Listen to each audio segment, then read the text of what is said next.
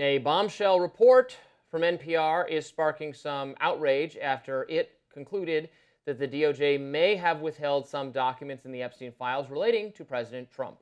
NPR's investigation says the files in question are related to allegations that Trump sexually abused a minor. The report reads in part, quote, "Some files have not been made public despite a law mandating their release.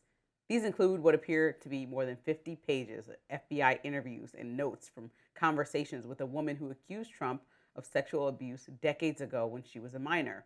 It continues, quote, "The FBI interviewed this Trump and Epstein accuser 4 times. That is according to an FBI, quote, serial report and a list of non-testifying witness material in the Maxwell case that were also released under the Epstein Files Transparency Act. Only the first interview, conducted July 24th, 2019, is in the public database. That interview does not mention Trump." A spokesperson for the DOJ reiterated the department's stance that any documents not published are because they are privileged, duplicates, or are relating to an ongoing federal investigation. A spokesperson for the White House echoed Trump's recent claims that he's been totally exonerated on anything relating to Epstein. Social media lit up following the release of the report on Tuesday, with Democratic lawmakers picking up the story. California Congressman Ted Lieu writing on X, quote, "I guarantee if these files exonerated Trump, they would have been released.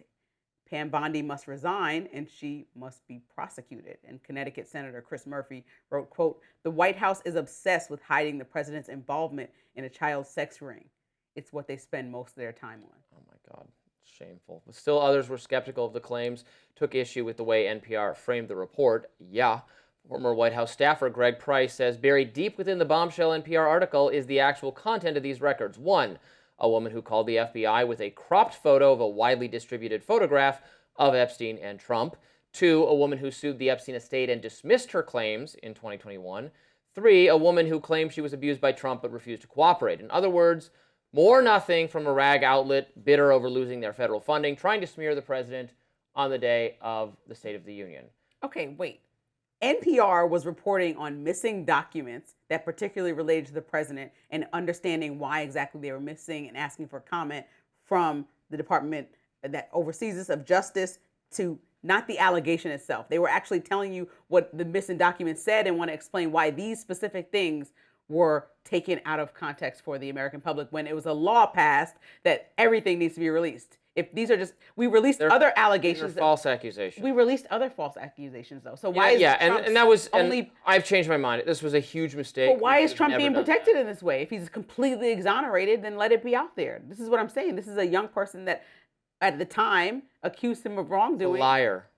Whatever you want to call it. Other people's names were attached to these. They literally combed through the files in a way that they released one conversation they had with this woman, but not the rest that included President Trump. It's like, again, the question has always been from Ro Khanna and Thomas Massie, why specifically is the FBI redacting certain names that really, you said, have no guilt, like the people in the lineup that Ro Khanna then read on the floor because he had no context. Right, when they're not communicating random properly. And unrelated people. Yes, but if the FBI and DOJ were Epstein communicating properly, then they would have the correct information about who is who and why names have been redacted. Communicate well to the people overseeing this entire investigation. Why are you leaving them in the dark? That's what they keep asking. Why are we, whose job is oversight, being left in the dark?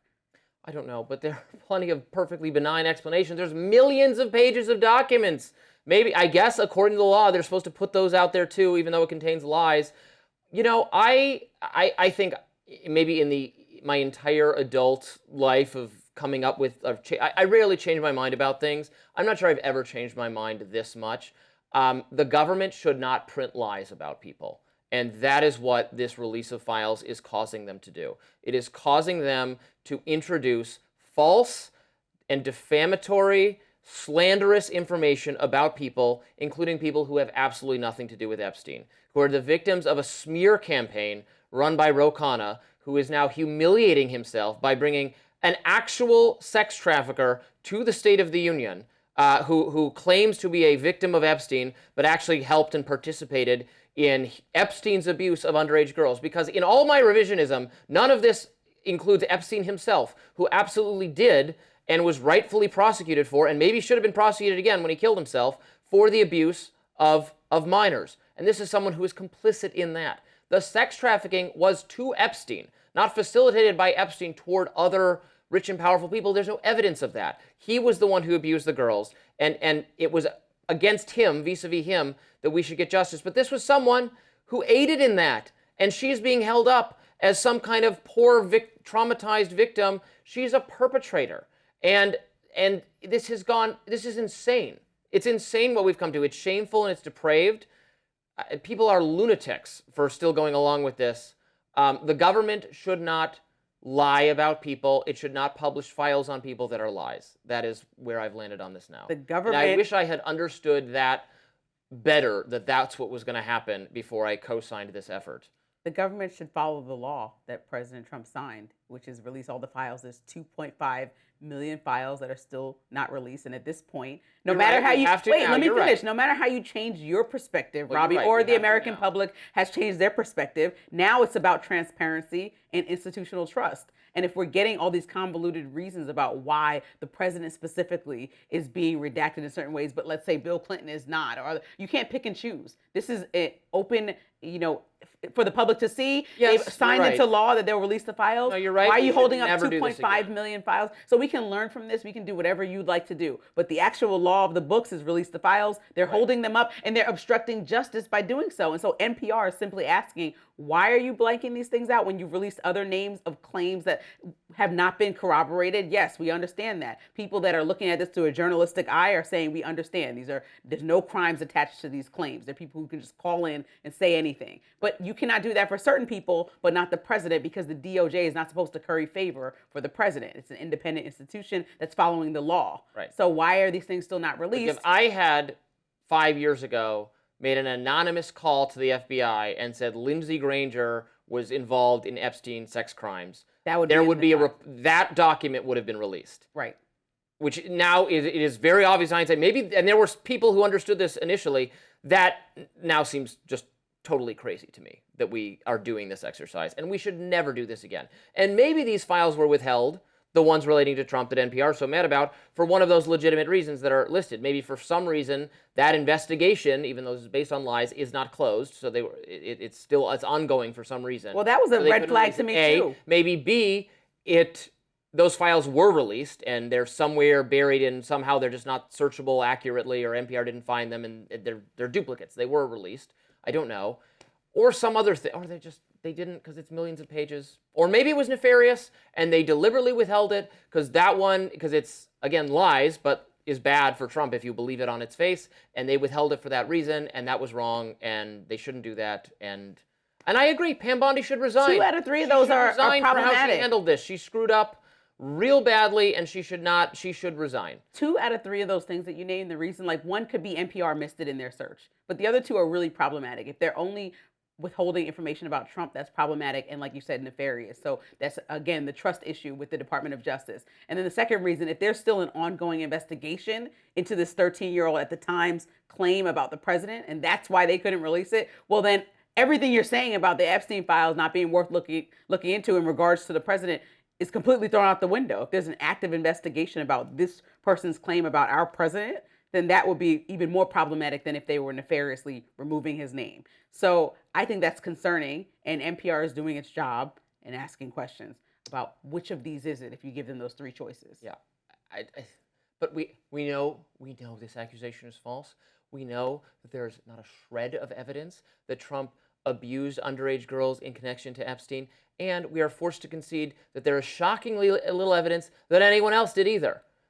There's plenty of evidence. There's no from what? From what? What's the basis of I don't understand what you mean Like, what's the conviction the obligation that you have? Is not on me to prove a negative. It is on you or anyone else making claims that people did a nefarious, evil, moral crime. You have to present evidence of that, right? The default is you have to overcome the presumption of innocence, the burden of proof, not just in a legal sense, but from a journalistic standpoint. If you say there are intergalactic invaders and they live among us right now, I don't have to prove that you're wrong. You have to prove that that is the case, right? This applies here. And I don't want where there's smoke, there's fire. I don't want, we all know it was shady. No. I want tangible proof, or even just a name. No one can say who I'm supposed to think is guilty of these things other than Epstein even.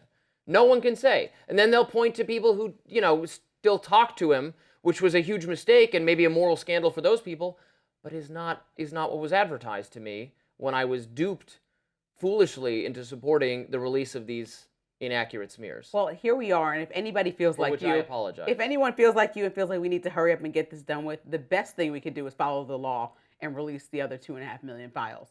And then we'll be closer to the finish line here, right? Because the conversation can't be the DOJ is withholding information. Yeah. They can't withhold it. That's true. So they have to go ahead and put it all out there. And I really hope the American people, more people, have this discernment to understand that just because it's in there doesn't mean there's a shred of truth to it.